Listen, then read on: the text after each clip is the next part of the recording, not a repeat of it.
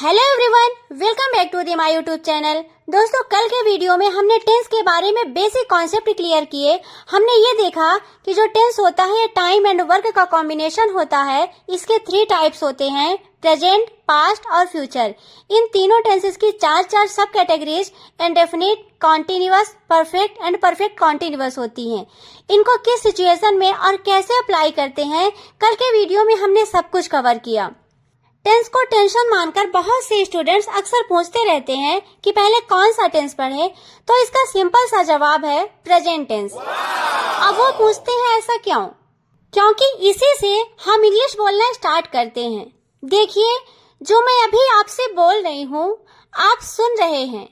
जो काम हम डेली करते हैं सब प्रेजेंट टेंस में ही होता है। तो आज का ये वीडियो आप सबके लिए बहुत ही इम्पोर्टेंट होने वाला है, तो वीडियो को ध्यान से जरूर देखें और एंड तक जरूर बने रहें। तो चलिए, आज हम प्रेजेंट टेंस को बिल्कुल बेसिक से सिंपल ट्रिक्स के साथ सीखते हैं। आज का हमारा टॉपिक है प्रेजेंट इंडेफिनिट टेंस। इस टेंस को हम सिंपल प्रेजेंट टेंस के नाम से भी जानते हैं। अब सवाल यह आता है कि किसी भी सेंटेंस को देखकर कैसे पता करें कि वह प्रेजेंट टेंस का है। दैट मीन्स ऐसे कौन कौन से सेंटेंसेस हैं जिन्हें देखकर हमको पता चले कि यह सिंपल प्रेजेंट टेंस का है। तो देखिए, ऐसे सेंटेंसेस जिनके मेन वर्ब के साथ, मेन वर्ब का मीन्स क्या होता है? मुख्य क्रिया। तो ऐसे सेंटेंसेस जिनके मेन वर्ब के साथ ता है, ती है, ते हैं, ता हूँ, ती हूँ, ते हो आदि आए, तो आपको नॉर्मली समझ जाना है कि वह सेंटेंसेस सिंपल प्रेजेंट टेंस के अंतर्गत आएंगे। बस आप सिंपल सा समझिए कि अगर किसी भी हिंदी वाक्य के अंत में ता है, ती है, ते हैं, ता हूँ, ती हूँ, ते हो आदि आए, तो वो सेंटेंसेस सिंपल प्रेजेंट टेंस के होंगे। जैसे मोहन क्रिकेट खेलता है, वह चाय पीती है, हम विद्यालय जाते हैं, मैं नाचती हूँ। इन सेंटेंसेस को ध्यान से देखिए। इन सब की वर्ब क्या है? पहले सेंटेंस की वर्ब है खेलना, दूसरे में जाना, तीसरे में पीना और चौथे में नाचना। तो देखिए, मेन वर्ब के लास्ट में अगर ता है, ती है, ते आए, तो देखिए फर्स्ट में क्या है? ता है, दूसरा ती है, तीसरा ते है, चौथा ती हूँ। तो इन सेंटेंसेस से ये पता चल रहा है कि इनके अंत में ता है, ती है, ते हैं, तो ये सेंटेंसेस किसके हैं? सिंपल प्रेजेंट टेंस के। एक और इम्पॉर्टेंट पॉइंट यहाँ पे नोट करिएगा कि प्रेजेंट इंडेफिनिट का यूज हम लोग हैबिट, दैट मीन्स आदत, डेली रूटीन, दैनिक दिनचर्या, यूनिवर्सल ट्रूथ, सार्वभौमिक सत्य, जनरल फैक्ट्स, सामान्य तथ्य बताने के लिए करते हैं। अब देखिए, हैबिट का मीन्स होता है आदत, मतलब जो हमारे आदत में होता है। जैसे मैं रोज सुबह चाय पीती हूँ, मैं रोज सुबह 2 गिलास पानी पीती हूँ। मतलब मेरी आदत है कि मैं रोज सुबह क्या करती हूँ? चाय पीती हूँ और क्या करती हूँ? 2 गिलास पानी पीती हूँ। दैट मीन्स जब कभी भी आपको अपनी हैबिट बतानी होती है तो वहाँ पे हम किसका यूज करते हैं? प्रेजेंट इंडेफिनिट का। अगला है डेली रूटीन। जब हम अपने रूटीन के बारे में बताते हैं, जैसे मैं रोज स्कूल जाता हूँ और दूसरा वह रोज सुबह 6 बजे उठती है। इन सेंटेंसेस में हम अपनी क्या बता रहे हैं? रूटीन के बारे में। तो जब कभी भी हमें अपनी रूटीन बताना हो तो हम किसका यूज करते हैं? प्रेजेंट इंडेफिनिट टेंस का। तीसरा है यूनिवर्सल ट्रूथ, दैट मीन्स सार्वभौमिक सत्य। इसके अंतर्गत सबके लिए जो चीजें समान रहती हैं, इसमें ऐसा कुछ भी नहीं होता कि मेरे लिए कुछ अलग रहे और आपके लिए अलग, मतलब सबके लिए सेम। जैसे पृथ्वी सूर्य के चारों तरफ चक्कर लगाती है और दूसरा है सूर्य पूर्व दिशा से निकलता है, मतलब सबके लिए सेम है। इसमें ऐसा कुछ भी नहीं है कि किसी के लिए सूर्य पश्चिम दिशा से निकलता है और किसी के लिए उत्तर दिशा से, मतलब सबके लिए सेम। तो जब आपको यूनिवर्सल ट्रूथ के बारे में बताना हो तो किसका यूज करेंगे? प्रेजेंट इंडेफिनिट का। चौथा है जनरल फैक्ट। अगर किसी को जनरल फैक्ट के बारे में बताना हो, जैसे कि पानी 100 डिग्री सेल्सियस पर उबलता है, अगर हमें ये बताना है तो हम किसका यूज करेंगे? प्रेजेंट इंडेफिनिट का। अब देखते हैं प्रेजेंट इंडेफिनिट सेंटेंसेस के टाइप्स। तो इसके अंतर्गत हम 4 टाइप्स के सेंटेंसेस पढ़ेंगे। पहला अफर्मेटिव, दूसरा निगेटिव, तीसरा इंट्रोगेटिव और चौथा इंट्रोगेटिव निगेटिव। तो चलिए एक एक करके इनके बारे में बेसिक से पढ़ते हैं। पहला है अफर्मेटिव सेंटेंस। अब सवाल यह आता है कि अफर्मेटिव सेंटेंसेस होते क्या हैं। तो ऐसे सेंटेंसेस जिसमें किसी बात को सिंपल तरीके से बताया जाए, ना तो उसमें नहीं का प्रयोग किया जाए और ना ही किसी से सवाल पूछा जाए, तो ऐसे सेंटेंसेस को अफर्मेटिव सेंटेंस कहते हैं। देखिए इसका स्ट्रक्चर होता है सब्जेक्ट प्लस वर्ब की फर्स्ट फॉर्म के साथ यस या ईएस प्लस ऑब्जेक्ट। देखने में यह स्ट्रक्चर बहुत इजी लग रहा है, पर सबसे ज्यादा लोग यहीं पे गलती करते हैं कि कौन सी वर्ब के साथ एस या ईएस लगाएं और कौन सी वर्ब के साथ नहीं। तो इसको नोट करिएगा कि अगर किसी भी सेंटेंस का सब्जेक्ट सिंगुलर है, that means he, she, it या कोई भी सिंगुलर नेम है, तो उसके वर्ब के साथ एस या ईएस आएगा। और अगर प्लूरल है, that means I, we, you, they और प्लूरल नेम है, तो उसके वर्ब के साथ एस या ईएस नहीं आएगा। बस सिंपल सा समझिएगा कि अगर किसी भी सेंटेंस में सब्जेक्ट अकेला है तो उसके वर्ब के साथ यस या ईएस, और अगर एक से ज्यादा है तो वर्ब के साथ यस या ईएस नहीं आएगा। अब चलिए एग्जांपल्स के द्वारा इसे समझते हैं। पहला सेंटेंस है मोहन क्रिकेट खेलता है। इसमें सब्जेक्ट क्या है? मोहन। खेलना क्या है? वर्ब। और लास्ट में जो बचेगा वो क्या है? ऑब्जेक्ट। तो मोहन क्रिकेट खेलता है मतलब मोहन अकेला है, तो सब्जेक्ट कैसा है? सिंगुलर। और सिंगुलर सब्जेक्ट के साथ वर्ब में एस या ईएस का यूज करते हैं, तो क्या आ जाएगा? मोहन। प्ले के साथ एस, तो Mohan pledge cricket. Mohan pledge cricket. दूसरा है हम विद्यालय जाते हैं, मतलब यहाँ पे एक से ज्यादा लोग हैं, तो सब्जेक्ट कैसा है? प्लूरल। तो प्लूरल सब्जेक्ट के साथ वर्ब में एस या ईएस का यूज नहीं करते हैं, तो क्या हो जाएगा? We go to school.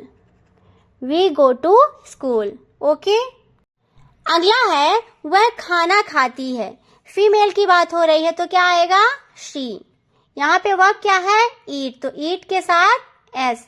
She eats food. She eats food. अगला वे बाजार जाते हैं, तो क्या हो जाएगा? They go to market. They go to market. अगला रेखा गाना गाती है, तो क्या हो जाएगा? Rekha sings a song. Rekha sings a song. अगला है निगेटिव सेंटेंस, मीन्स नकारात्मक वाक्य। अब बात आती है निगेटिव सेंटेंस कहते किसे हैं।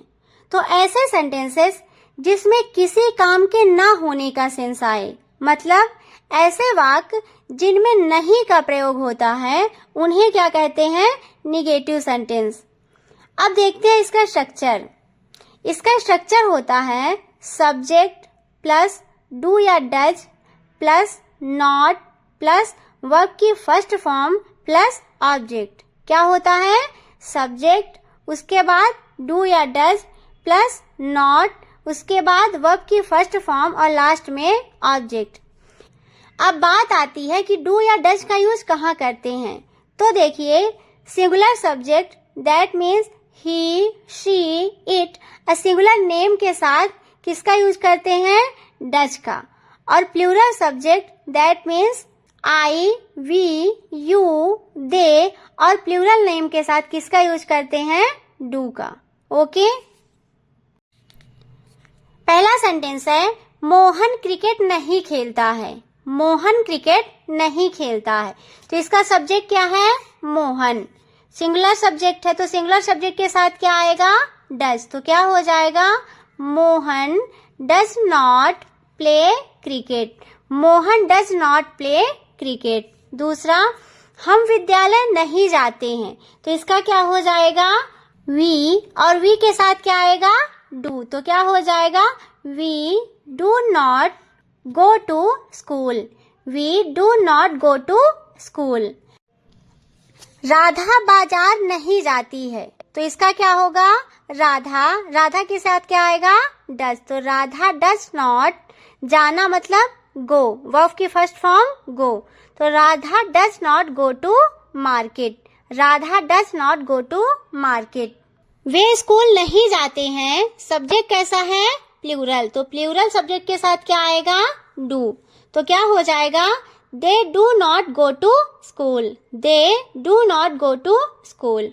ओके, आई होप आपको इतना क्लियर हुआ होगा कि अगर सब्जेक्ट सिंगुलर है तो उसके साथ डज का यूज करेंगे, और अगर प्लूरल है तो उसके साथ किसका यूज करेंगे? डू का।